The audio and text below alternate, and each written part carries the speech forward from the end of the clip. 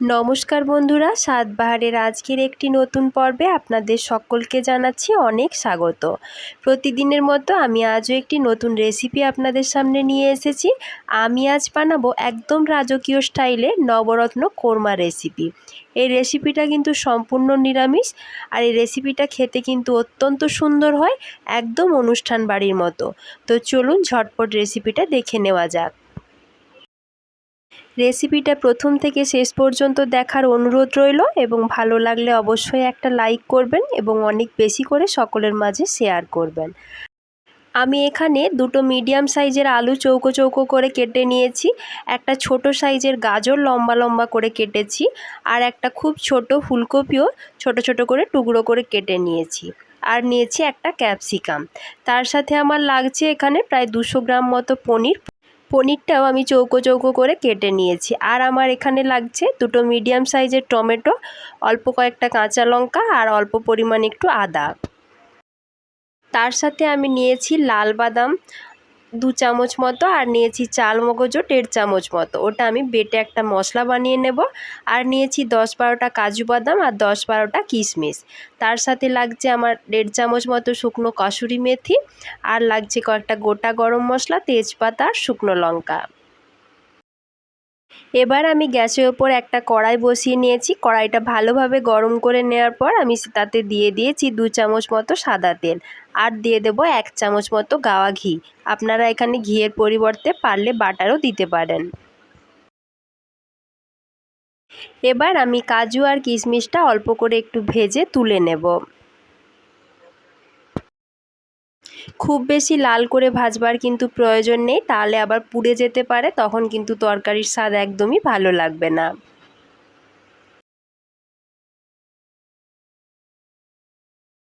এবার ওই তেলেই আমি যে পনিরগুলো কেটে রেখেছিলাম সেই পনিরগুলো হালকা লাল করে একটু ভেজে নেব। যদি আমার চ্যানেলে নতুন বন্ধু হয়ে থাকেন তাহলে প্লিজ চ্যানেলটিকে সাবস্ক্রাইব করে দিয়ে আমার পাশে থাকবেন, এবং ভালো লাগলে একটি লাইক করবেন এবং সকলের মাঝে অনেক বেশি বেশি করে শেয়ার করবেন।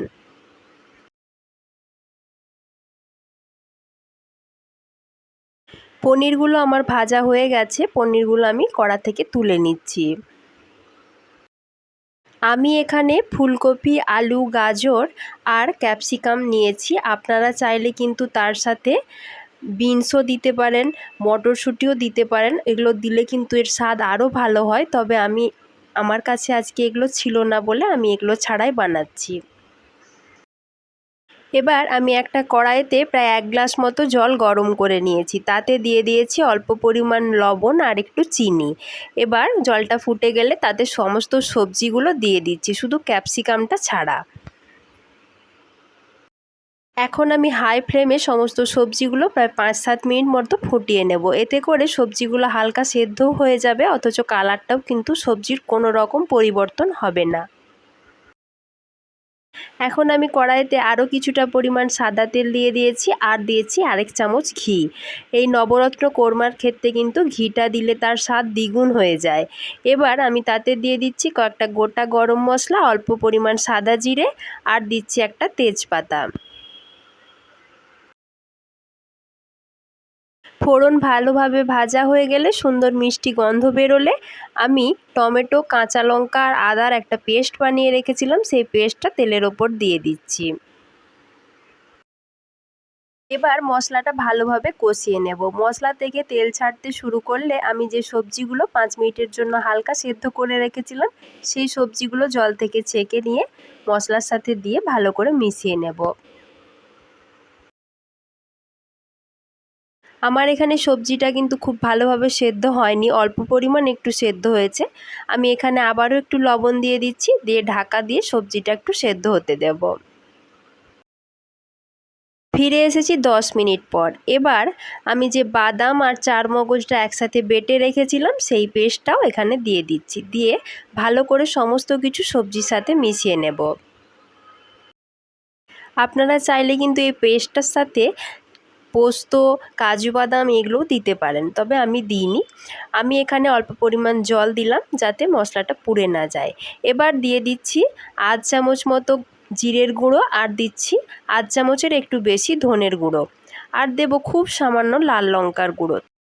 তবে এই রান্নাটাতে কিন্তু কোনো রকম হলুদের গুঁড়ো ব্যবহার করা হবে না, এই রান্নাটা কিন্তু একটু সাদা সাদাই হবে। সমস্ত কিছু কিন্তু খুব ভালোভাবে কষানো হয়ে গেছে। এখন আমি দিয়ে দিচ্ছি প্রায় 1 বাটি মতো দুধ। আমি এখানে দুধটা গরম করে ঠান্ডা করে তারপর ব্যবহার করছি। অবশ্যই গরম দুধ ব্যবহার করবেন না, গরম দুধ দিলে কিন্তু অনেক সময় কেটে যেতে পারে। এখন আমি দিয়ে দিচ্ছি ক্যাপসিকাম কোচানোটা। এবারে আগের থেকে যে কাজু আর কিশমিশগুলো ভেজে তুলে রেখেছিলাম সেই কাজু কিশমিশটাও এখানে দিয়ে দিচ্ছি। এখন আমি আগের থেকে যে পনিরের টুকরোগুলো ভেজে রেখেছিলাম সেই পনিরগুলো দিয়ে হালকা হাতে ভালো করে একটু মিশিয়ে নেব। এই রান্নাটার ক্ষেত্রে কিন্তু আপনারা চেষ্টা করবেন অবশ্যই লিকুইড দুধ ব্যবহার করতে, জল দিলে কিন্তু এর স্বাদ অতটা ভালো হবে না। এখন আমার প্রায় সমস্ত সবজিগুলোই ভালোভাবে সেদ্ধ করা হয়ে গেছে। এবার আমি দিয়ে দেব এখানে 8 চামচ মতো গরম মশলার গুঁড়ো। এখন আমি আবারও সব কিছু হালকা করে একটু মিশিয়ে নেব, তা না হলে কিন্তু পনিরের টুকরোগুলো কেটে যেতে পারে। তারপরে আমি দিয়ে দিচ্ছি এখানে আরও 8 চামচ মতো ঘি। যে কোনো কোরমার ক্ষেত্রে কিন্তু শেষে একটু ঘি দিতেই হয়, তার স্বাদ নইলে কিন্তু অত ভালো হবে না। এই রেসিপিটা কিন্তু সম্পূর্ণ নিরামিষ, আপনারা যে কোনো নিরামিষ দিনে এই রেসিপিটা একবার বাড়িতে বানিয়ে দেখবেন, আর কেমন লাগলো আমাকে কমেন্টের বক্সে এসে জানাতে কিন্তু একদমই ভুলবেন না। রান্নাটা আমার প্রায় শেষের দিকে। এখন আমি আগের থেকে ড্রাই রোস্ট করে রাখা কাসুরি মেথিটা হাতে করে একটু গুঁড়ো করে নিয়েছি, সেই কাসুরি মেথিটা এবার ওপর থেকে ছড়িয়ে দিচ্ছি। এখন আমি গ্যাসের ফ্লেমটা অফ করে 5 মিনিটের জন্য স্ট্যান্ডিং টাইমে রেখে দেব। ফিরে আসছি 5 মিনিট পর। দেখুন আমার আজকের এই নবরত্ন কোরমাটা দেখতে কতটা লোভনীয় হয়েছে, খেতেও কিন্তু অসাধারণ হয়েছিল। এটা ভাত, রুটি, পরোটা, পোলাও যার সাথেই পরিবেশন করবেন খেতে কিন্তু দুর্দান্ত লাগে।